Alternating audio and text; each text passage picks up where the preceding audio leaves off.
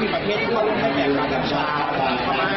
ลาวนะครับฟิลิปปินส์ญี่ปุ่นนะครับแล้วก็มาเลเซียอินเดียนะครับแล้วก็มีที่เกาหลีด้วยนะครับเดี๋ยวเราจะคุยกับโต้โผในการเรียกว่าพานางงามประเทศไทยแล้วก็นางงามอยู่ในคนนะครับ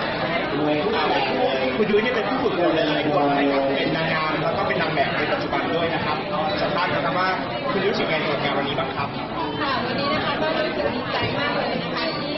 มีกระแสตอบรับที่มีทางงานนะคะเข้าร่วมกิจกรรม19คนเลยทีเดียวทั้ง19คนนี้เป็นนางงามที่ได้รับการคัดเลือกรวมทั้งนางงามที่อยู่ในเมืองไทยและต่างประเทศนะคะที่ก็ขอแสดงความยินดีนะคะให้ในวันนี้นะคะ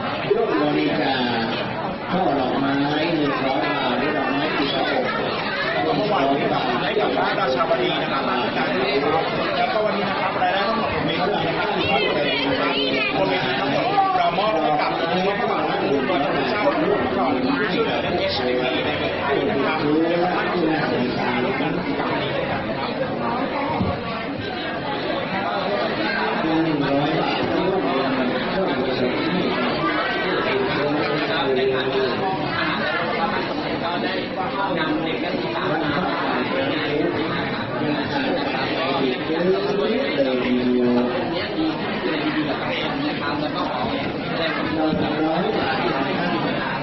เป็นสิ่งสำคัญในชีวิตของ